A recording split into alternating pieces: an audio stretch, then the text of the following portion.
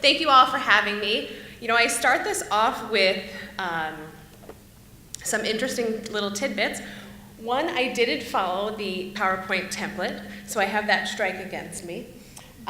It's cold, and I'm after lunch, which is always the worst spot to be in when you're presenting. So and I don't like to stay in one spot, so this is going to be an issue for me. I will try to plant my feet. And then I don't have a blog, so please don't throw apples at me, please. Or should we say acorns for our squirrels? But hopefully I'm going to share with you some of the lessons that I've learned over the past 12 years in entrepreneurship. So I'm going to start. For the past 12 years, 11 of those has been with a company that I founded called Danielle Company. We were manufacturers of organic bath and body care products that we sold throughout the country. It started as a very small company and grew quite nicely over the years. And a lot of my entrepreneurial experience is from that brand. And here's kind of a little tidbit of it. We had some really nice national press with the brand. We sold on QVC, and it was an exciting company to be a part of. But the past 11 months has probably been the most exciting part of my journey because I founded a brand called Note Fragrances. So I wanted to kind of give you some visuals of the company. We are located in downtown Scranton. We're a boutique perfumery and a custom perfume studio. So boutique perfumery means that we make our own perfumes and colognes. The custom perfume studio, which is probably the most exciting part of the brand, is that you become the scent designer. You get to craft your own fragrance with us, with our guides, and we walk you through the process and you get to create a signature fragrance that's all your own. So it's very, very exciting and an innovative business concept that we're developing in downtown Scranton. Here's another look at it. And this is what the final product looks like. When you come into the studio, you're going to make a bottle and you're going to go home with something like that. Also, some awesome things that we do at night is we're taking our retail store, closing it down, reopening it up, and doing private perfume parties. And this is where we gather from kids' birthdays to ladies' nights out, bridals and bachelorette parties. And it's a really fun time for you to come together, create, craft, and really build your own signature scent. As Connor said, we are in the finals of the Martha Stewart American Made contest, which actually voting ends on Monday. So I'll touch on that at the end of the presentation. And we were also this summer very pleased to be the fragrance company in the official backstage gift bags at the Primetime Emmy Awards. Thank you. Thank you very much. That was very exciting for us, and we did actually get one celebrity calling in order last week. He did specifically ask to remain confidential, so I can't say who it was, but we are seeing some really good results with that. So I'm here to talk today really about the top 5 lessons that I've learned over the past 12 years, and I really kind of distilled it down into these 5. The first lesson is defining your empire. I'm going to start with a story on this one. My friend Matt would call me up and he would say, "Hey Dee, how's the empire going?" And I would chit-chat and have a conversation, hang up, and every time he called, he would start with that sentence, and I would say, one day I said, I don't want an empire. I'm not Martha Stewart. That was an empire to me. And he's like, no, you've got your empire all your own. And it really made me think back and reflect about how important it is to define what your empire is. It doesn't have to be the size of Martha Stewart. It can simply be in Scranton. Your empire could be getting to New York City, or it could be the world. But the key to it is defining what that is for you. That's really the important part, because once you define where you are and where you want to go, it's going to provide you with a guide for all of your goals throughout your company. It's really going to set the stage for you to define how you're moving and at what pace. So I encourage you to really take a look at where you are, where you're going, and define that empire, and really look back on it as you move and as you grow.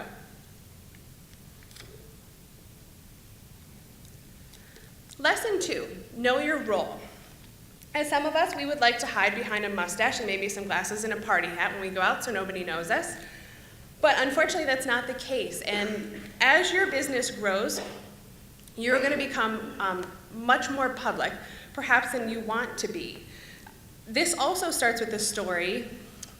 Years ago, my husband now, boyfriend at the time, I had to run out to the grocery store to grab some milk or something, and I had on my pajama pants from Old Navy with like little elves on them for Christmas that my whole family wore, and a sweatshirt, and I'm going out the door. Now my husband's 9 years older, so he's definitely more wise, and he says, I really think you should reconsider the outfit.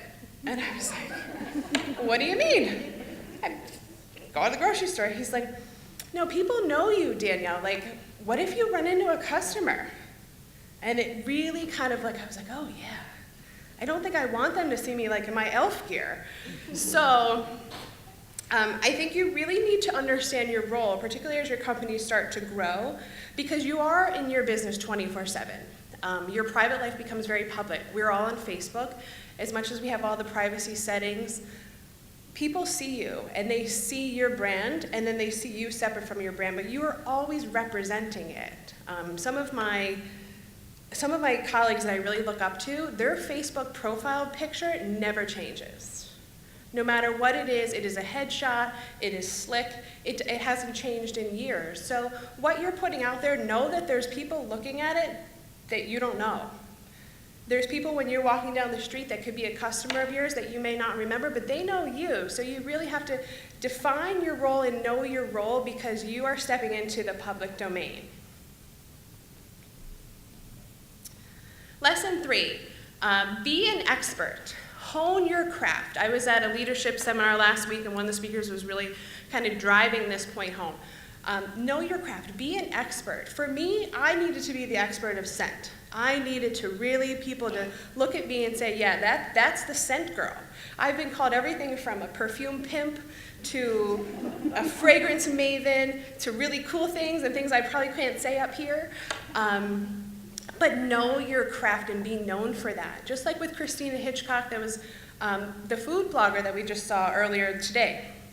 If I had a recipe issue, I would go to Christina, because I know that she is the expert in food blogging in this area, so that's who I would go to. So really, really be an expert in what you're doing. It makes you credible, and you really want to be a credible source. It makes you responsible. It makes your customers trust you, and just like our previous speaker was talking about, trust is really important. All right, I'm looking at my timer here. Hold on a second, folks. Okay, we are good. It also keeps you on your toes. Definitely hone your craft. Know who your competitive landscape is. Always be learning. Always reach out. I spend, and this is very hard to do, and I try to do it every day, is to spend my first 5 minutes of my day not reading emails, not going on Facebook, but reading industry-related articles. For me, it's very important for me to be on top of my craft, both in my industry, from a chemistry standpoint, from a psychological standpoint, but to know what's going on out there in the fragrance world. So take that time, and it's hard to carve out 5 minutes in the morning, it really is, but if you do it, it's going to really pay dividends for you moving forward. So this one, lesson 4, I have to say, this one's a little more geared to the ladies in the audience, because I don't think our male counterparts have trouble with this one as much. Don't allow perfection to hinder progress. Ladies, do you feel me on this one? Can I get a show of hands? Yeah, and the gentlemen, probably not as much. And I do think it's a female issue, and I don't know why. I think we're maybe just wired that way. But this is something that took me years to learn, and now I'm so glad that I feel like I've almost conquered it. One of my interns said to me, Danielle, it takes me 6 hours to figure out what font I'm going to use.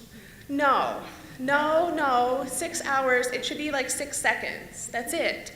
And even myself, I changed this PowerPoint presentation last night and put in another slide. This can really hurt you in the long run because you keep on spinning.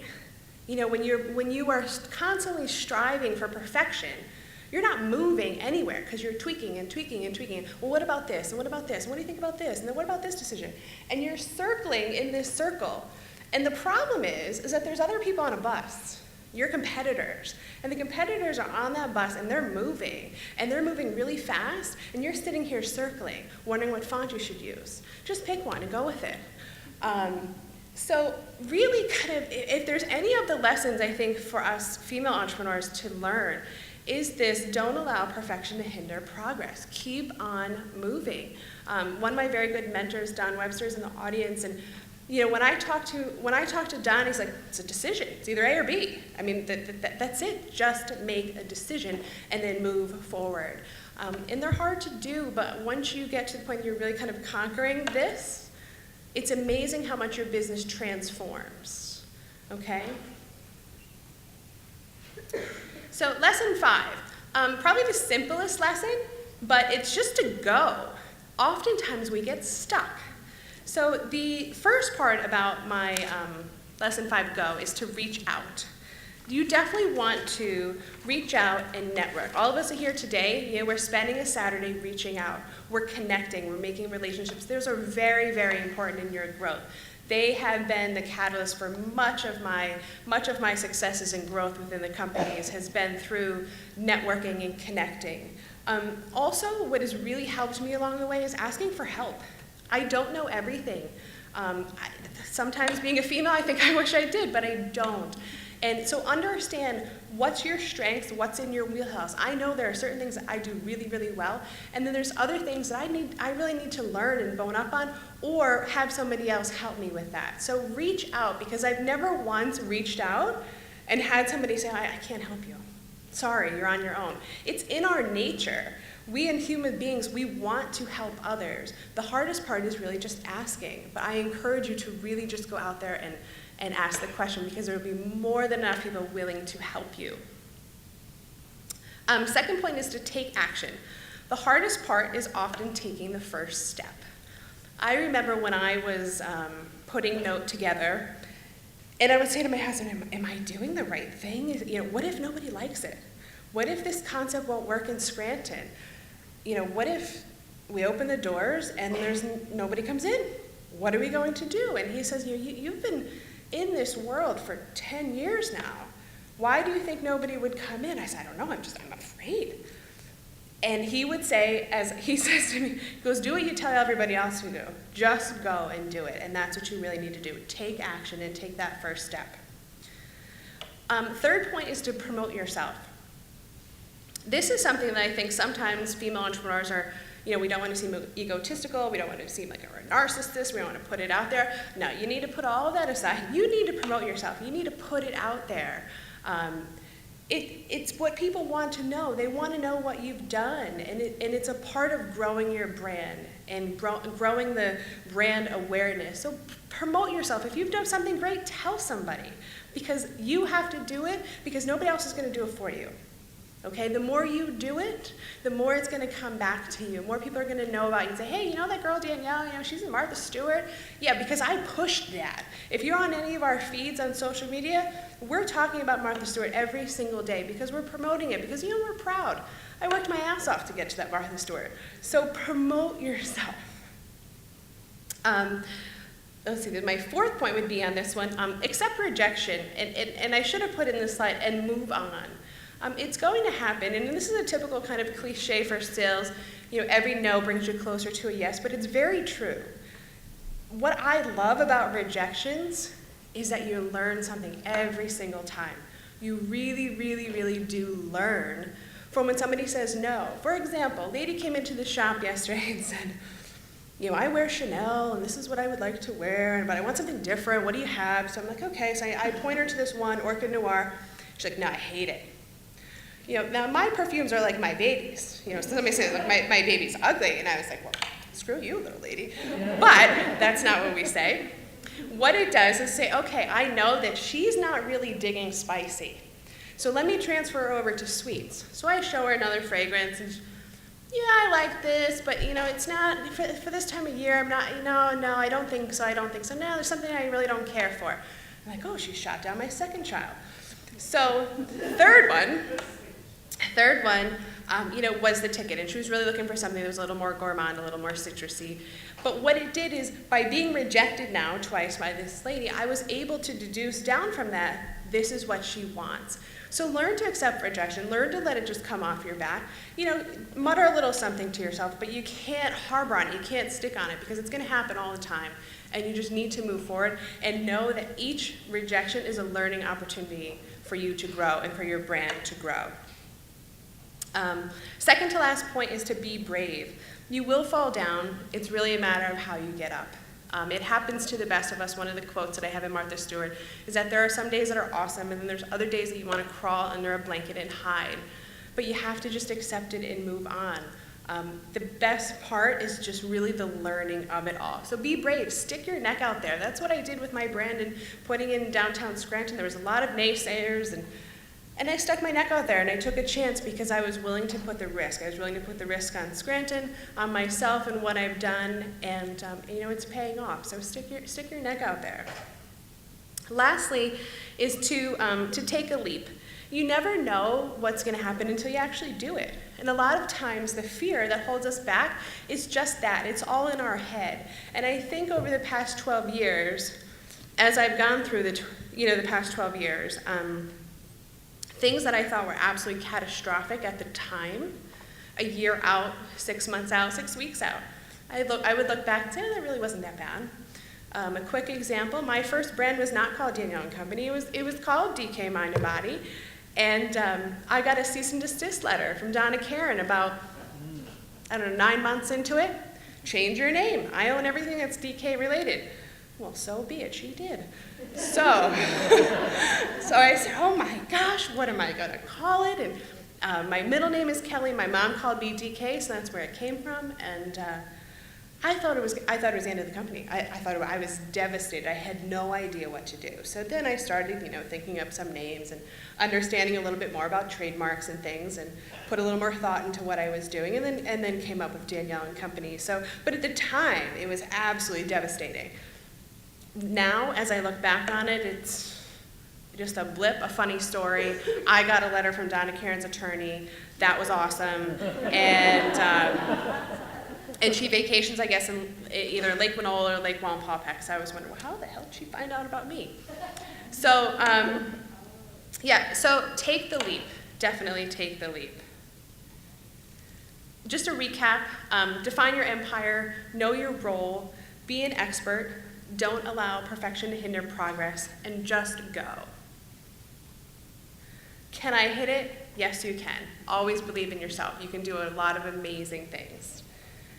So here we are. We are on all the social media sites. Definitely check us out for sure. Check out our website to see all of our offerings. Promotion, people. This is promotion. And my last promotion will be for Martha Stewart. The voting is ending. We are just hovering under 1,000 votes. If you have time over the weekend, you can go to marthastewart.com/AmericanMade, and then you search Note Fragrances. You can give us a vote. It would really help us to win. And as much as I would love for the company to win, I'd really love for this area to win. I think it would be a really great boost for Scranton to really see some national coverage. So, that is my presentation. I am at 18 minutes and 27 seconds. That will allow us a minute and a half for questions. So I think we'll do one or two. Any questions out there?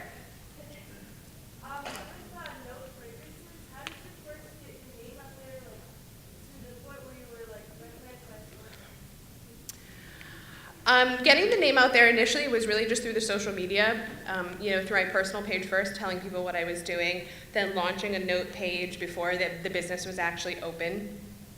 We started doing pre-advertising before the store opened as well. So that's how we managed it locally. Getting into the Emmys was a different story. The owner of the Backstage Gifting Company was gifted our fragrances. Somehow, not through me, somehow she got them, and she loved them and called me up one day and asked if I'd like to participate. And we went through a couple rounds of approvals. Through NBC has to approve you, the Television Academy has to approve you. It's a quite rigorous process, actually. And once we got the go-ahead, we sent them out. Anybody else? Can you put that slide back up and tell us how we can vote for you again? Yes. Okay, there we go. If you go to any of our social networking pages, which is all just Note Fragrances, you will see the links there, so you can follow that. But if you want to go directly, it's just marthastewart.com/AmericanMade. That's going to bring you into the main contest page. And then if you search Note Fragrances, you will see my profile. We have a really nice video on there as well that we did with some local partners that really showcases downtown Scranton as well. And then you can cast your vote there. And see, this would be the perfection progress. I should have put that here, and I didn't. We're just going to move on from that. All right, so I'm at 20 minutes and 24 seconds. I'm going to scoot off. Thank you so much, everybody, for having me. It's been a pleasure.